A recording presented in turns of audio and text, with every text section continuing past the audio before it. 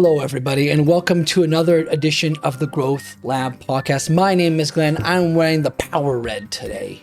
In case you're not watching on video, that's what I got on, and I'm excited because this podcast allows me to help fulfill on my life's purpose, which is just bringing more confidence to the world and helping people see the opportunities for themselves and just being able to execute and fulfill on those opportunities and the dreams they have. And I'm really, really stoked to be talking with you today.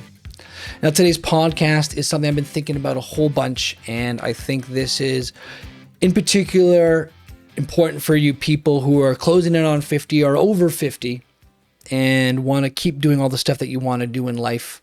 Or if you can't do stuff right now and you're like, I'm in dire straits, I got to figure out what's going on. This might be a little bit of a fire underneath your rear end to help move you in the right direction. So let's dig into it. Today's episode is Strong After 50. How strong do you really need to be? How strong do you really need to be? It's a good question because we know that as we get older, senescence is an unavoidable thing. Senescence is the natural aging curve of our body. And essentially what it says is that between the ages of 0 and 25, we have amazing regenerative capabilities. Our immune system is stronger. We have better access to recovering from any kind of stress placed on our body, physical, mental, whatever that might be. And because of that, we tend to feel invincible, invulnerable. At least I know I did up until more recently. And now we know after the age of 25 that these regenerative capabilities start to lessen. Our immune system response gets a little bit weaker. And eventually, it all gets so weak that we kick the bucket, right? We end up 6 feet under, however you want to put it. It's a reality. I'm not afraid to talk about it. We got to discuss it. And so there is a line, right, on this senescence curve where if you fall below it in terms of your strength and your output and your recovery ability, you're in a spot where independent living becomes very, very challenging, where the confidence in your body is something that starts to dwindle. And we start having all these concerns and often these frustrations. These frustrations manifest as, I just don't feel like I've got the balance anymore. And then we start giving up, going up and down stairs, and we give up the beautiful garden that we have to move into a condo. We end up missing gardening. Or I don't feel like I got the strength in my back to go travel or to pick up my grandkids. And then we give up that beautiful human touch that we love and that confidence in being able to support our family by helping taking care of the kids. These are the kind of things that my clients tell me about, the kind of things I think about for myself at 37 years old.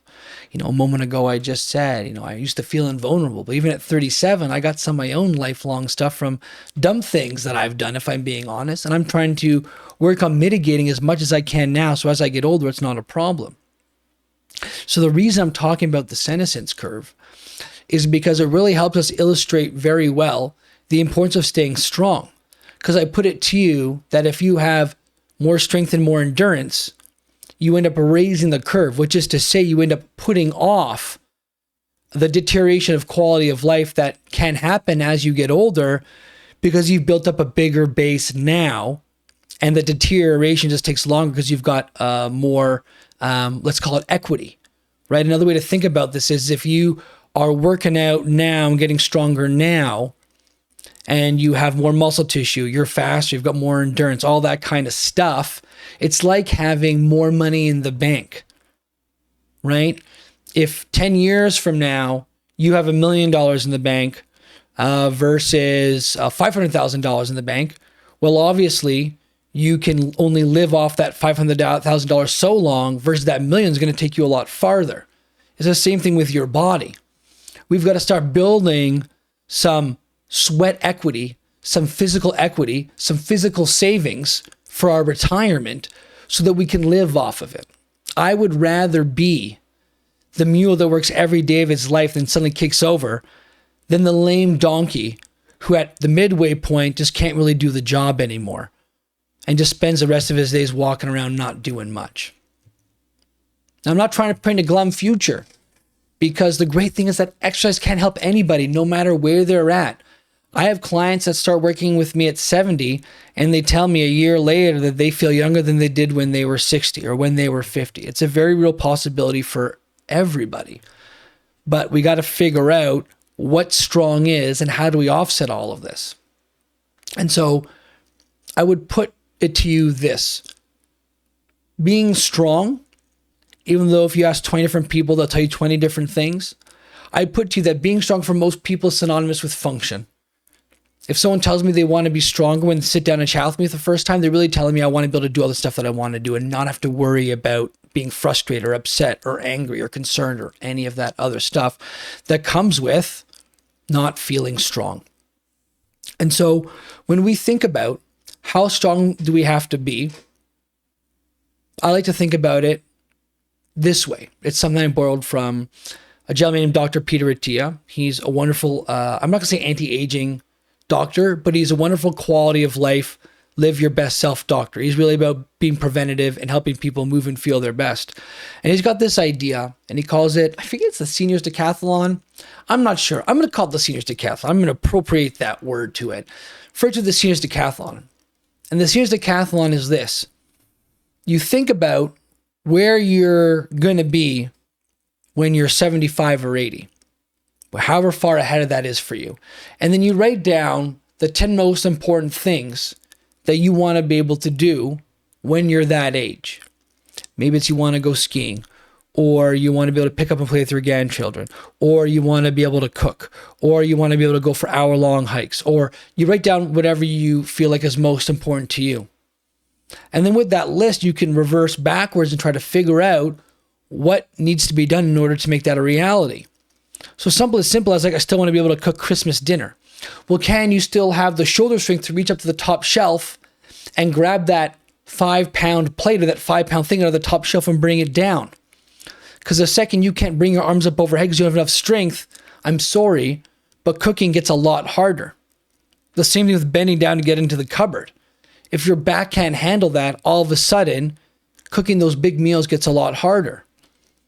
If you've got back discomfort, and it flares up on you after 10 minutes of walking, 20 minutes later it gets pretty bad, 35 minutes later it gets excruciating, you want to be able to walk for an hour, we just start getting ahead of this thing now. So I'd put it to you that one of the best things that you can do, and it might even sound a little silly, because honestly, sometimes some stuff like this sounds silly to me, but I go do anything. Look, I do a whiteboarding all the time. That's actually a podcast outline not podcast, a YouTube outline for a video I created. But like I go write stuff on my whiteboard. I'm going to encourage you to do this Seniors Decathlon, write down all the stuff that you want to do. And then once you've got that, you start to look at it and be like, okay, what does it take to do this stuff? If I want to be able to go for a walk, I got to make sure that my back and my legs are healthy enough to do that. You also have to make sure that your endurance is good enough to do that. And the way we measure endurance typically in the medical and the health industry is something called VO2 max. It's your ability to utilize and uptake oxygen for metabolic health. And if someone has a very low VO2 max, they can't utilize oxygen well, their heart can't beat, take in enough air through their lungs, and then pump it out through the system to maintain all the cellular processes, you're going to be in trouble. Because you could have the body of a Greek god, but if you have the heart of a 90-year-old person who's been bedridden for the past year, I don't care how strong you are. You ain't getting any further than a couple of steps. And the reverse can be true as well. You can have the heart of the world's fastest marathon runner, but if you have the body of someone who's frail and been stuck in bed for a year, same result. So, the Seniors Decathlon.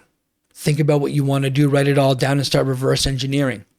That is going to be one of the best ways to figure out how strong you need to really be in order to move forward and do all the stuff that you want to do 10, 20, 30, 40 years from now. In my case, at the tender age of 25, I'm just kidding, I'm 37. At the tender age of 37, I'm already thinking about, well, if I want to live 50 more years, play with some great grandchildren or something like that, what am I going to have to be able to do? I'm working on it now. I'll say a couple other things on this topic that I think are super important before I let you go. This is some big tidbits here. Number one, I don't think you can be too strong. I really don't. Because eventually your body is going to atrophy. your muscles are going to atrophy, your ligaments are going to become less strong, your bones are going to become a little bit more brittle. And when you get really, really strong and you do that through resistance training, there's really no other way to do that. You do it through resistance training, you build up a ton more bone density. You build up a ton more muscle to have in reserve. You have a lot more strength. Your range of motion and mobility improve because muscle is what pulls you into positions. So muscle is, in fact, the basis for mobility and flexibility. And you can't really be too strong because it's all going to end up coming off your body as you get older and go through the senescence process. So you really can't be too strong. So trying to push and get stronger and stronger is always going to be a good thing. Second to that, your heart health can't be too good either. So it's never a bad time to start walking on the treadmill. And if that's bothersome on the knees, get on the bike. And if the bike's bothersome on the knees, go to an aquafit class.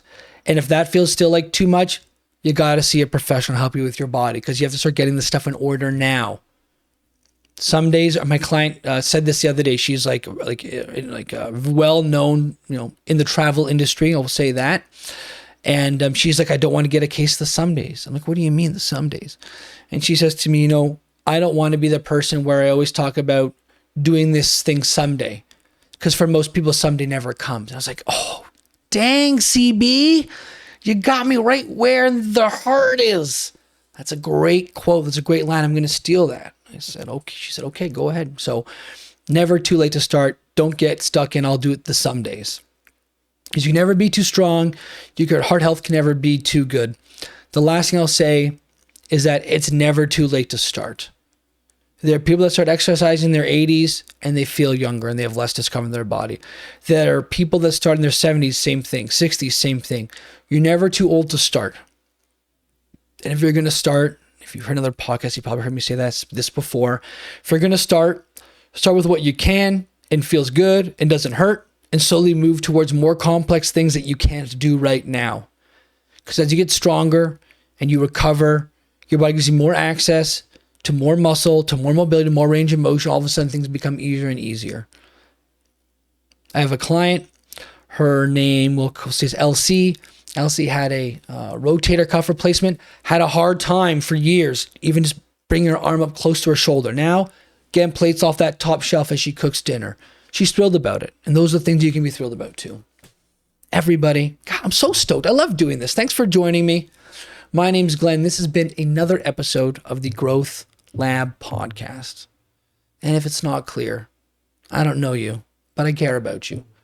I want you to fulfill on all the opportunities that you have in your life. I want you to feel confident in your mind, your body, and your soul, and give you as many different tools as I can to fulfill on all the things that you want to do in your life. So join me on the journey.